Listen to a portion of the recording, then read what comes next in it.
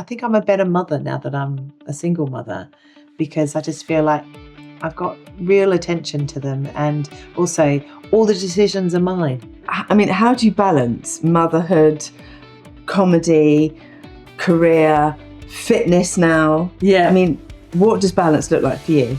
And I guess my sense of identity, who was I now that I wasn't married, and who was I as a single parent? And so I had all these, very, very hard feelings and emotions to face. And I think I just wanted to be, to avoid them, to be numb and all those sort of things. And I think that's when a lot of people do turn to things like smoking and drinking. I mean, there was some ways it could be pleasurable, like it's very nice having 3 gin and tonics for dinner and a packet of Monster Munch. But I think at that time it was just survival. Yeah. So you had everything. Yeah, and also thrown at you. Yeah, and also I didn't have physical contact with people for 3 months. Like, no one held me. Today's guest is someone who proves that strength doesn't always look polished. Sometimes it's messy, hilarious, and wildly inspiring. Helen Thorn, an award-winning comedian, Sunday Times bestselling author, and one half of the brilliantly honest comedy duo Scummy Mummies. She's known for telling it exactly how it is when it comes to motherhood, fitness, and life after divorce, with a lot of humour and zero filter. However, behind the comedy is a story of real resilience. After going through a divorce and rebuilding her life as a single mum, Helen went from feeling completely broken to becoming a marathon runner, and not just any marathon runner. She's completed all 6 world marathon majors. She's raising 2 teenagers, juggling a career, running marathons, and somehow still finding the funny side of it all, even if she is 10 minutes late, which she was today. Helen, welcome to Showing Up Stronger podcast. Thank you so much for joining. Thank you very much for the introduction. I'm like, who's that lady? She sounds great. She is great. So I'm going to throw it out there. Who is Helen Thorn? Well, I mean, I am who I am. I am a slightly dishevelled, always fairly sunny, optimistic, and now somewhat running obsessed, middle-aged slag, Love it. In a nutshell. I don't know how to describe myself, because I'm many things, and also many things to many different people. And I kind of like that. I like that in this phase or chapter, this version of myself. I am a comedian. I love making people laugh. I love laughing. I'm a single parent, and I want to be an advocate for women finding their voice and their purpose, and whether that is through comedy or whether that's through running or strength. So very long answer to your question. I love it. No, honestly, the longer the better. So who were you before becoming a mum, and how did that identity shift over time? Well, so I was born in Australia, and when I went to uni, I studied history of art. So I was I worked in art galleries. That was my whole thing. I used to wear a lot of black asymmetric clothes. I was fascinated in contemporary art. I worked at the Venice Biennale, worked at the Courtauld Gallery. But I was always wanting to be a mum. That was something I always really focused on. I got together with my ex-husband when I was 19. And I guess who I was I knew that success, in my career was important, but I always thought that my whole purpose, or the grounding I had, was being a mum and a wife and having that kind of all tucked in, and that would make me complete. And so I guess when I met my husband when I was 19, I thought, oh, that's it. I've met him, and that gave me a sense of value, sense of worth, a sense of identity, because I was one half of something. And I remember saying to him, we'd moved to Cambridge in 2006 when I was about 27. I said, by the time I'm 30, I'd like to either have a baby or be married. You choose. And on my 2 days before I turned 30, I had my first baby. Amazing. Yeah, and I was engaged, and I thought, right, well, that's it. And I had started stand-up comedy in my sort of mid-20s, and I did a bit of that. But when this opportunity came to move to the UK, I kind of gave all that up, and like my career, because I thought, oh, well, if I go to the UK, then we can get closer. Maybe we'll get married, we'll have babies. And I gave up so much of myself for him, in hope that, I'd feel this sense of being complete and wanted and all tied up. So, for the first few years of motherhood, I was in that sort of bubble, and, my baby was everything. And then it was when I had my second child, I was up, breastfeeding him in the night. And I was like, oh my God, I had this comedy career. Who am I? I think a lot of mums have that shift of identity. And I thought, I love my children. I love being a mum and a wife, but I need something more. And then I went back to stand-up comedy. And I think it was on my first or second gig back. That's when I met Ellie from the Scummy Mummies. And and my life sort of started to change. And so how did you meet Ellie? We met at a stand-up gig. We were both doing a 5-minute, open spot. And we both did our little bit of stand-up. And we met afterwards, and I just thought she was amazing. I thought she was wonderful. And we started talking. We realised we both lived in Forest Hill. We both had baby boys. And it turned out they were born with the help of the same midwife. And we lived around the corner from each other, but had never met. And we became friends and started doing stand-up at the same gigs, but not together. And it was in July 2013, she emailed me and she said, been thinking we should do a podcast together. And podcasts weren't really a thing. And she said, I think it should be called Scummy Mummies. And I was like, yeah, that sounds great. Let's do that. And that's where it all began. So that was 13 years ago. And and then we started doing live shows, and life started taking a different path. That's really nice. I mean, I love the name because it's different. Yeah, and at that time, there wasn't any parenting podcast. There wasn't that sort of honest, it was emerging, that sort of honest approach to parenthood, but it was just on the cusp of that blogging, Mumsnet, all that sort of thing. And we were part of that sort of first wave of mum, I wouldn't say influencers because it didn't feel like that at the time. But we wrote blogs and did our podcast and went to Mumsnet Live and were part of that kind of group of mums who were still around, like Hurrah for Gin and Mother Pucker and all those sort of women. So but we've always done the podcast, and the podcast has come out every second Tuesday without fail for 13 years. That's amazing. No series, we've just done it. And for the first 3 years, we made no money. We were just doing it. But we're really lucky that, we got picked up by, I think, The Telegraph as one of the top parenting podcasts. We got nominated for Best Comedy Podcast in the UK. And so had this amazing sort of start to things. But we still do it all the time. So it's been amazing. Yeah, it's taken us to incredible places, and we've got to meet brilliant people. But what we really loved is, when we started the podcast, we were listened to in, I think, over 150 different countries, and people wrote to us and said, oh, I finally feel like there's a voice for me, that I feel normal, that what I'm experiencing is not just me. And I think that's what social media has been so brilliant at for the parenting community, just to make you feel less alone, that, I think, that's one of the nicest compliments I get, either from the podcast or the shows that we do, is that I'm just like, oh, it's not just me. And I think that's really down to connection and feeling seen. And I think that's a real strength in what Ellie and I have achieved. But just going back to the start, you speak openly about your divorce and feeling like a broken mess. Yeah. What did that period actually feel like day to day? So in March 2020, I found out my husband had been having an affair for 4 years, and we'd been together for 22 years. So I had no idea that it was coming. We were about 5 days off signing a mortgage to renovate the house. We'd been designing a house for 3 years. There was no signs that there was any chance of the marriage falling apart.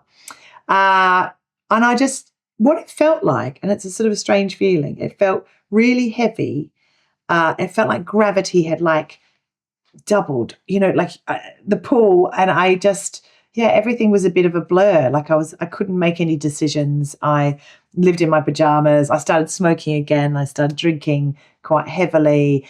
I felt so broken. It was like my whole world had been sort of turned upside down. And then COVID came. So it was I think it was the 4th or 5th I found out about the affair. The national lockdown came on, I think, on the 24th of March. He moved out the day afterwards. It was so confusing because everything my future had sort of been blown up, but also my past, because he'd been having this affair for 4 years, everything I knew or thought had been suddenly really blurred, like everything was into question. So that was really hard. And I guess my sense of identity, who was I now that I wasn't married, and who was I as a single parent, and all amongst it being COVID as well. And so I had all these, very, very hard feelings and emotions to face. And I think I just wanted to be, to avoid them, to be numb and all those sort of things. And I think that's when a lot of people do turn to things like smoking and drinking, comfort eating, all those sort of things, because I wasn't really looking after my body. I was really punishing it. I mean, there was some ways it could be pleasurable, like it's very nice having 3 gin and tonics for dinner and a packet of Monster Munch. But I think at that time it was just survival. It was survival. And sometimes those feelings and thoughts are so big, you can't face them. And there is that period of just getting through the day and bloody homeschooling at the same time.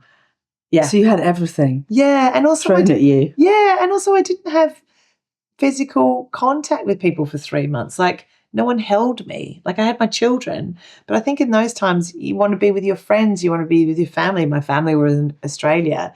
And I sort of feel like I really raw dogged those emotions. It was like, it was this sort of heartbreak boot camp, because I couldn't really go out and party like I used to, or be sort of comforted. I had to really sit in the sad. And I think in a way it kind of, not that it sped up my recovery, but I really had to face some pretty hard shit at that time. And I mean, and to be in lockdown, basically shut down. Yeah, exactly. But I will say there was some real upsides, that like my children had me on tap 24/7. So I was there and present, and that when they were feeling sad, or they were 8 and 11, just for context, like they were little. So we were all sort of trying to muddle our way through. So I'd have them sort of 5 days a week, and then they'd go to their dad's on the weekend. So, and that's when I would just, blow out and have, that's when I'd get the delivery fags and the wine and everything. And so it was a really hard time. And also, and then during that summer, that's when I really got into like the online dating and all that sort of stuff. And I'm really honest in documenting all that, because so many people go through that, and it's like, because I hadn't dated in like 22 years. What was it all about? So it was a big period of exploration. So not a very healthy period, Sarah. Yes. We can definitely come on to health. This episode is sponsored by Revive Active, the multi-award-winning supplement brand that's enjoyed by customers every 1.3 seconds. Why the popularity, and what's the difference between all of those other supplements out there? It's simple. Revive Active uses only the very best science-backed ingredients in their formulas, with no added nasties, while ensuring that the synergy of ingredients increases their effectiveness, giving you power, purity, and positivity in every single product. Choose from truly comprehensive and great tasting powders, or a range of clever capsules to support you whatever stage of life you're at. Supporting everything from energy, cognitive function, heart health, and even a restful night's sleep. Taken by health experts, elite athletes, and everyone in between, find out how Revive Active can support you and your family. Find Revive Active in Boots, Holland & Barrett, pharmacies and health stores, or online at reviveactive.com. For exclusive discounts for all Showing Up Stronger podcast listeners, simply use the code STRONGER15. Yeah. So you felt like you lost yourself a bit, and then how did you feel like you found yourself again? And I think, as you mentioned in your book, which we should definitely talk about. Oh, yes, that. You talk about unscrambling the eggs. Yeah. I quite like that analogy. Yeah, because I think when you've been in a relationship for so long, it does feel like you've scrambled the eggs together. Like, how do you separate that life? How do you remove him? Or, I mean, you can't. And I think I had to be really slow and gradual. I think I was in such a hurry to prove that I'm strong and rebellious and, he's not going to break me. And I was so externally conscious of telling people I was okay, but really underneath, I was still really broken and healing. So I did go to do like talking therapies, and I had a weekly meeting with like a therapist and things like that, and that was really important. And facing not only, like, I think it was easy for me to go, well, he had an affair, he fucked up, it was all his fault, but actually unpacking maybe not my role in the relationship, but how I behaved in that marriage as well. And so if I was ever going to have another relationship going forward, I had to really look at how I behaved in that. So like addressing not only my sort of like emotional behaviors, but that's when I started going, right, am I really doing the best for my body, the best for my well-being? So it was that sort of hard look at myself at that time. And I think that was really useful. And I did make a lot of mistakes along the way, but I think I was slowly piecing myself back together and kind of going, well, let's not look about what has been taken away. Let's look at it a bit like a blank canvas. What can I add to this new life? I've got an opportunity to start again. That's really nice. I think it's about looking at the positive in such a negative situation. Yeah, exactly. How do you feel that motherhood influenced the way you rebuilt yourself? Especially for my daughter, I wanted to show her this newer, stronger version of myself, and that you don't need a man, you don't need a relationship to stand on your own 2 feet. And I think, my children really grounded me. And I think if I hadn't had children, I think I would have been in a worse state. Like, obviously, I might have had a wine with dinner with them, but I never got like really drunk around them or anything like that. I want to make that really clear. It was always when they were at their dad's. But there were times where I just thought, I have to be the best version of myself for them. And I think, looking back on when I was married, I may have accepted behaviours or put up with things that I shouldn't have, and I won't, obviously, again in the future. But I think having children was it did really ground me and made me want to be healthy and strong and live longer and better as well. I mean, they are very much we inspire them, and we are their role models. So I think it's important. Yeah, and also teenagers, fucking no. They, like if they found cigarettes, they would both put them in the bin. Like they would be like, you've got to stop smoking, Mum. And like I'd be skulking out the back, hiding behind the tree in the back garden. They're like, we see you, and they'll lock the door. Wow. Yeah. So they were supporting you, which is so nice. Yeah. And they were so like, lovely. I don't think please stop smoking. And, for a while I was like, you can't tell me what to do. You're the boss of me. And then I thought, no, actually, I really do need to make these choices for them. They're doing that out of love. They're not telling you off. It's a pretty hard thing when your kids are telling you off for smoking. Yes. And we had some really, really honest chats about feelings. And, there was about 6 months after we got divorced that my son, I think he was still about 8 or 9 at the time, he's like, right, I've had enough now. Let's get back together as a family. And I said, I'm really sorry that's not going to happen. And, I love you very much, but this is the life we've got now, and we're going to make it the best that we can, So I think, but I think one of the bits of advice I got, and it's in my first book, Get Divorced, Be Happy, is that you don't just have that conversation with your children about divorce once. It's an ongoing. And my children still talk to me about those feelings, because I think as they get older, they have a fresh perspective on what's happened, and and they ask questions, and I'm really guided by them. I think it's nice that they speak to you about it as well, because otherwise, if they were all locked up about it, I think feel that's lost. It. Yeah, and and in this book, I interviewed a really fantastic psychoanalyst called Juliet Rosenfeld, and she said you have to allow your children to be angry about a decision that was made out of their control that's highly affected their life. And that anger might come out 6 months, 6 years, whenever it is, but just allow, because it is really, it's, you have to allow these emotions to come, and they will come at an unexpected time, and just to be there and hold and see them through it. So moving on to comedy. Yes, I mean, I think it's time. We've gone quite dark. We've gone dark. Let's now come right light on. shade. Exactly. Light shade. Yin and yang. Yeah. It's a huge part of your life. Yeah, it's absolutely. Massive. So, I mean, just going to touch on it, how have you used humour to get you through the dark times?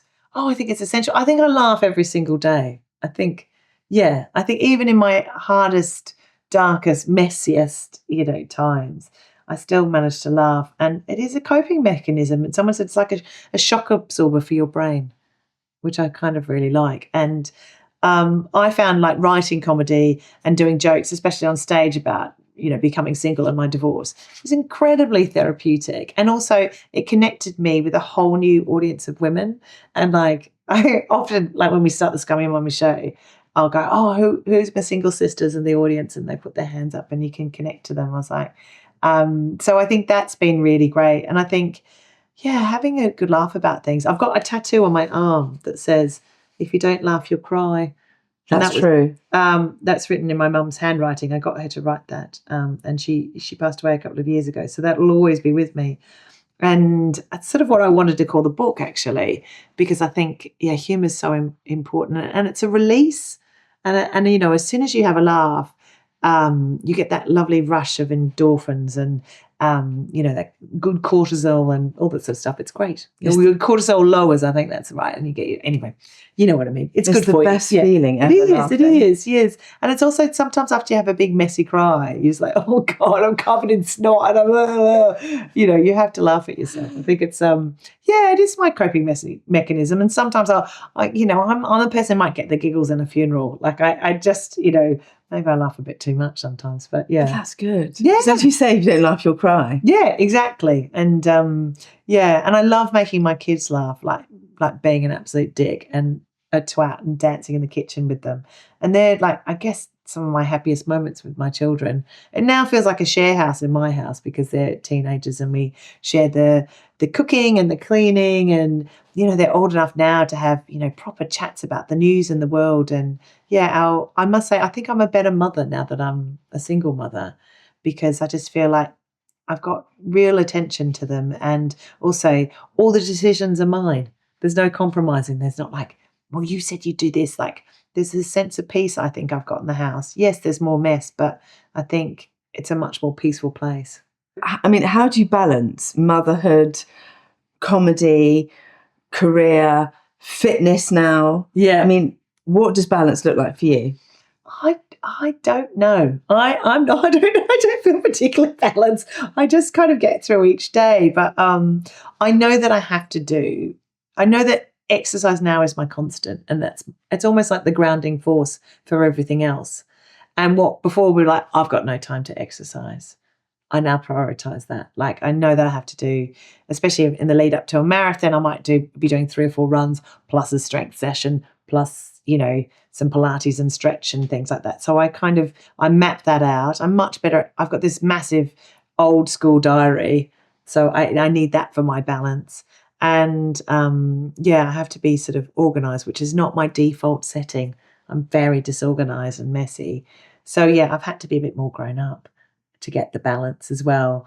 And yeah, so Ellie and I made a decision years ago that we'd only do shows during term time. So I know that the holidays will be for my kids. So I've got that. And so that's really, it's a real privilege to be able to do that.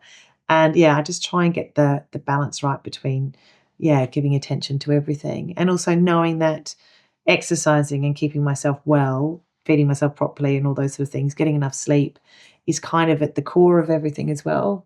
Before I used to sacrifice all of that, but now I realise, that I need to be pretty fit and well to get everything I want done. Yeah. We do. Yes. Literally, we do, for sure.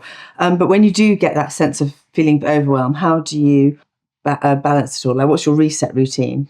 Yeah, it's quite cyclical that I'll go and because I love saying yes to things, and I kind of think, and I'm sure you'll appreciate this as a freelancer. You're like, but if I don't say yes to this now, maybe that opportunity will go away. So I go, I'll load my plate, and then everything kind of topples down a bit.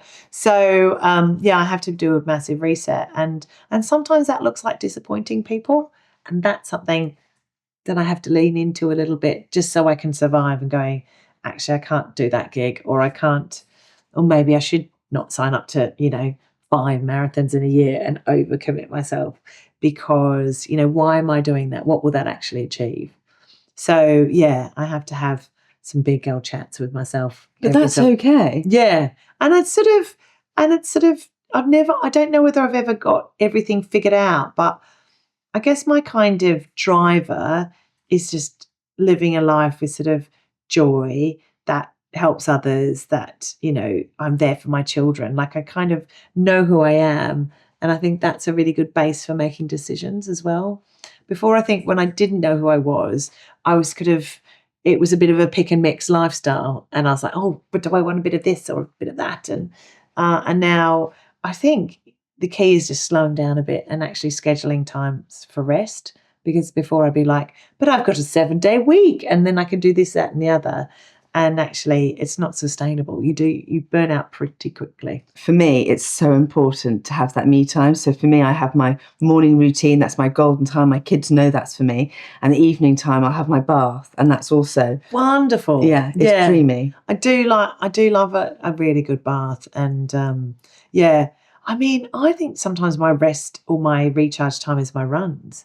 Like if I can get an hour's run in, and sometimes it's good not to even look at your watch and just like, I'm going to put in my favorite cheesiest pop songs. I'm going to put on all my Kylie, my Bananarama, and get out into the park. And I know that will instantly make me feel better. And I'm like, who the am I? It's so true. It's so true. Yeah. Do you ever get mum guilt? Oh yeah, all the time. And I think, especially now my children are doing GCSEs and A levels, I'm like, am I doing enough? And then I think, my parents probably didn't even know what subject I was doing. Like, I think there is more mum guilt now than there ever has been in the history of parenting, in terms of like, are the kids doing enough cultural extra activities? Are they this, that, and the other? And most of the time, all my kids want is to sit on the sofa and watch, Parks and Recreation and eat popcorn with me. That's what they really want. They don't want complicated things. So, yeah, I do. I get mum guilt all the time. Or if they've eaten pizza 3 nights in a row. But that's also okay. Yeah, it really is. What I mean? Yeah. It's actually okay. Yeah, it's pretty good. So who would you say your key supporters are? I've got a marvellous family, but they live in Australia. But Ellie has been incredible throughout this whole thing. And this whole thing, like since the divorce, but since I've met her, I live on a cul-de-sac on a little hippie sort of community. And that's like living in a little village. So that's beautiful. And like my neighbours help me with my garden and all sorts of things. And when, especially in the early days, they helped me with childcare and left food on the doorstep and things like that. So I've always had a really good sense of community. So I think they're my key supporters. And I've got an older sister who's sort of like a mum as well. She's 11 years older. And it's very good having friends in a completely different time zone. Because if you're having a blowout in the middle of the night, it's their afternoon. It's not weird. You can just call them. That's quite good. I would highly recommend that for anyone. But yes, I've got lots of, and I think also online, I've got amazing people who follow me, who are, I'm part of some amazing communities of like single parents, the running community, the comedy, the mum community. So I feel like sometimes you can reach out and other people go, I've walked that path. So I think that's really important. That's really nice. So yeah, let's go into fitness. When did you start running? Because your first one was a 5K? Yeah, so I did a Race for Life, and that was before my divorce. And I think the first ever 5K I did, just in the park, I think that was about 55 minutes. And it was, and I was like, right, it was a bit of a run walk. And then I did my first park run. I think that was about 38 minutes. And then I signed up for Race for Life, and that I think I did for 37 minutes. And that felt like a massive achievement. And I remember doing that first Race for Life, and, I was doing Scummy Mummies, and we wear these tight gold lycra catsits. And so I thought, oh, well, I've got to wear like my signature look. So I bought these gold leggings, which weren't necessarily sport leggings. They were like quite like crinkly, crunchy, very sweet. It's like wearing 2 plastic bags basically, but I wore those, and I was a much bigger size. And so I think I was like a 38G, bra, some big boobs and gorgeous big boobs actually. And yeah, that felt like a huge feat, which it is. The first 5K, you do when you get your medal. You're like, it's massive. Yeah, it's really important. So I did that, and then I was just sort of bumbling along a bit. And then Bryony Gordon got in touch, my mate, and said, look, I'm going to run a marathon in my pants, and I think you should too. And then that sort of turned into the Celebrate You Vitality 10K that happens every year. So in 2019, myself, Ellie, Bryony, and Dame Deborah, who was Bell Babe, and a whole lot of other women, Giovanna Fletcher, we all did a 10K in our pants around London. And so that was my first sort of next big stage. And then I was scheduled to run the London Marathon in April 2020. And of course, the COVID happened and my divorce. And then I didn't run again for another year. That's when I really knocked into the alcohol and fags. And and was doing quite the opposite of running in health, really. So what was the turning point to get you back on track, should we say? Well, I think committing to the marathon in October 2021 was like, shit, I've said I'm going to do this. I better get back to it. So that was about May 2021. But I had a friend who was a doctor, and she said, I think we should get your bloods done.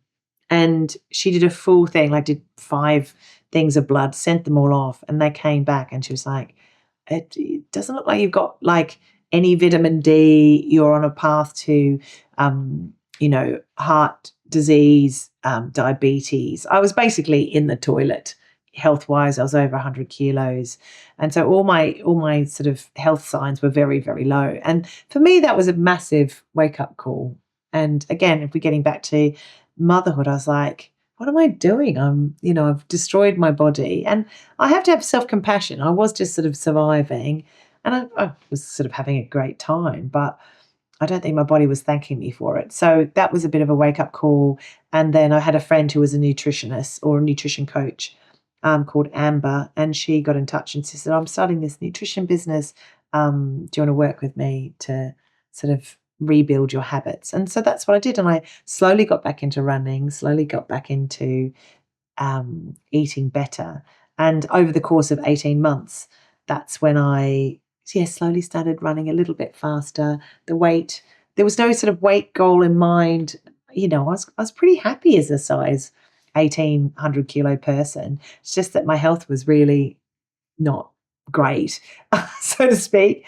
So that's what I did, and with the help of some pretty amazing women. And I talk about that in my book, How to Face Big Change and Come Back Stronger, because I want to sort of document, how I got there, because so many people want to know. And it's like, oh, I could never run a marathon. Well, I didn't know I could run a marathon, but it started with a 5K, and it has been a slow process. So yeah, doing that first marathon, I did it in just under 6 hours, and I was like, right, that's great. Really good. One and done. And I thought that'd be it. And then a couple of months later, I was like, well, maybe I should do it again. And I got asked to do it. And and I was working with a running coach then who was like, all right, well, maybe we'll aim for like 5.5 hours. And then that sort of crept up to 5, and then 4.5. And then a year later to the day, I did my second marathon 100 minutes faster. So I did it in 4 hours and 14 minutes.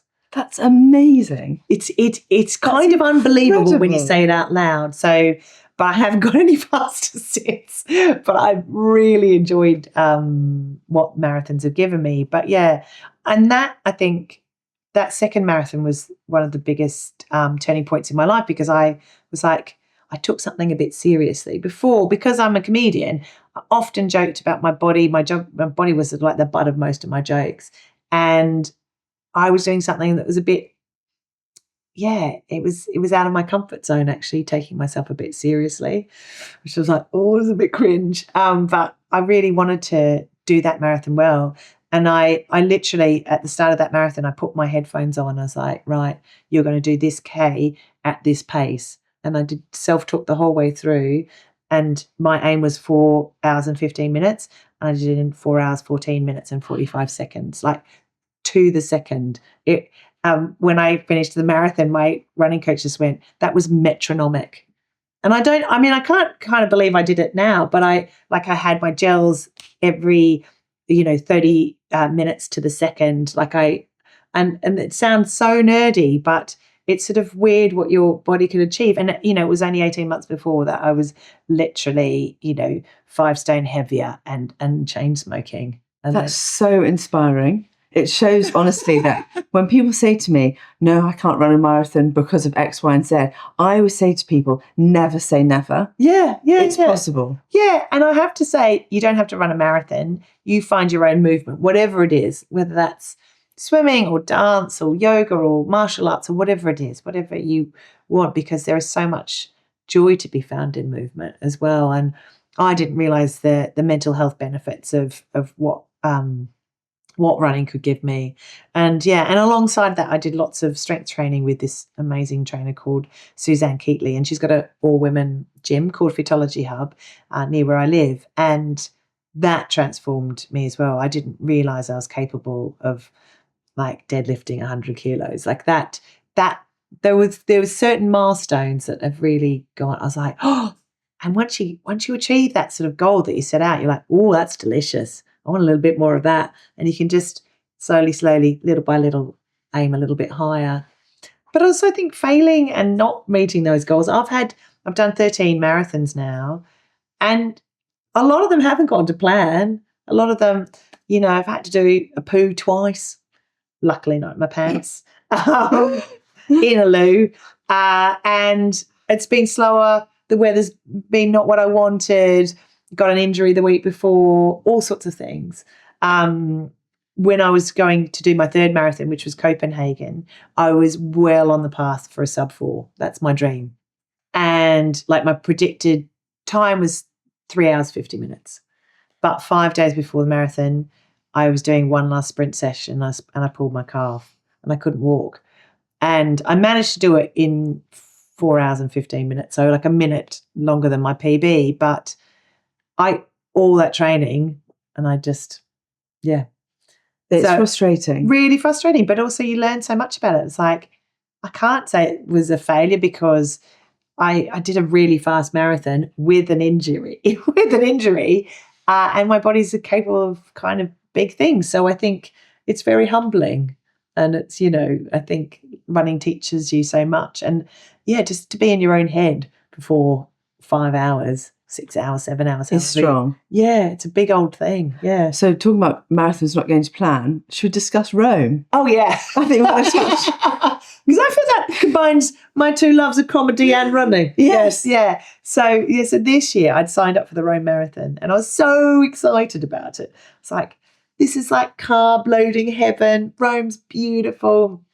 I was taking my partner. He'd never been to Rome before, so it was all the romance and the excitement. Anyway, the bloody government changed the rules, and I have to have. I'm a British citizen, but I've never had a British passport, and so I was like, oh shit, I better apply for this British passport. But it did not arrive in time, and I was devastated. Like I sobbed, I cried so hard because I'd had this long training block. I was so excited, and so a week before, I knew I wasn't going. So I was like, right, come on. You've been in bigger fucking holes than this. You need to get out of it. So I decided, well, I'm going to run a marathon. I said I'm going to run a marathon, so I will. And so I decided to do a Rome Italian themed marathon in London. And I mapped it all out on, with my maps exactly. And I was like visiting things like, well, the Italian embassy, but also Cafe Italia, went to Ferrari, went to Gucci, went to the Italian gardens in Hyde Park and mapped it all out. There's a Roman wall, all these sort of things. And anyway, I put it on social media. And then lots of my girlfriends who were training for the London Marathon said, I'll join you. So I ran to my house to Bryony Gordon's, and Laura Biceps met us there, and then ran up to London Bridge and met the lovely Emma B and Kate Roham, and we ran around together, and it was glorious. I must say, on the way, my beautiful friend Lou in Lululand had presented like an Italian restaurant in the middle of a park in Peckham. She had spaghetti bolognese, a glass of Prosecco. This was at 7:30 in the morning, was playing Italian music. It was sensational. Yeah. So, but it was one of the most joyous things I've ever done. And we're running around, and I made myself an Italian flag medal for Kate to give me at the end. She dressed as a pizza. Emma B was dressed up as an Italian. It was great. And we did selfies in front. We went to an Italian church. I mean, it was great. It was really fun. I think that's really unique. And that is inspiring as well, to show that, if something doesn't go right, make it happen for yourself. Yeah. And I think there's something about running and sport. I mean, you would know this, that really can conquer your sort of imposter syndrome. It's something about that self-belief or rewiring your brain going, no, I can do this thing. And it's, and whatever happens, it's okay because you've tried your best. And and it's that flex, I think, that I've really got from sport, which I haven't got from other things. And also it's really good for learning how to be in sort of solitude and being by yourself, because I think as mothers, we're givers. And just to have that thing that's just purely for yourself is something kind of wonderful. And to have that silence. Yes. Mum, no one's asking anything of you. Where's the thing? What the thing? Can I have money? Yeah, all that is stuff. Important. And obviously we've got our six majors, our 6 stars. Yes. So that was an extraordinary thing that happened. So I did London, and then I became friends with this wonderful woman called Penny from the London Marathon. And she said, have you ever heard of the 6 stars? And I was like, no, what's that? And she said, they're the 6 world majors.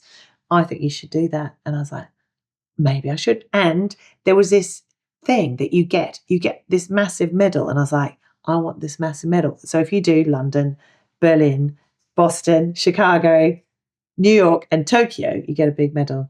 And so over 3.5 years, that's what I did. And look. Don't. Yeah, here it is. We've got it. There. And I got that in Tokyo last March. This is amazing. It's extraordinary, isn't it? I mean, that is big. It's a big old thing. That is so exciting. Yeah. And so they've got the 6, and then they've just added, last year they added Sydney. So I went to Sydney to do that in the August. And I'm just about to go to Cape Town, which will become the 8th. And then next year, I think they're adding Shanghai. So is there a 7-star medal? There's going to be a 9-star medal. So that's going to be add the extra 3, Sydney, Cape Town and Shanghai. That is incredible. I mean, that's just going off the charts, isn't it now? But yeah, I mean, there's worse midlife crises to have, I think. That's huge. But yeah, so now, before I used to drink every single day, I would have maybe 6 glasses of wine a month, if that. And I used to, chain smoke. And then I got really into vaping. Wouldn't recommend. And so I've cleared myself of that. I've got free of that as well. So yeah. So now running is sort of like, I won't say my entire personality, but it's like I get so much from that. And I could not identify with the person I'm sitting here now, 6 years ago. Like I wouldn't do that. But I'm still like you said in the introduction, I'm still messy, I'm still late, I'm still disorganized and all that sort of stuff. But I've got this as my constant. So for anyone listening who is feeling in a broken phase, what top tips would you give them? There are no magic pills to begin with. There are no quick fixes. And one of the things a therapist told me is like, every path you choose is going to be hard. So choose your heart. So whether that's, focusing on rebuilding your self-worth and or, your health and all those sort of things.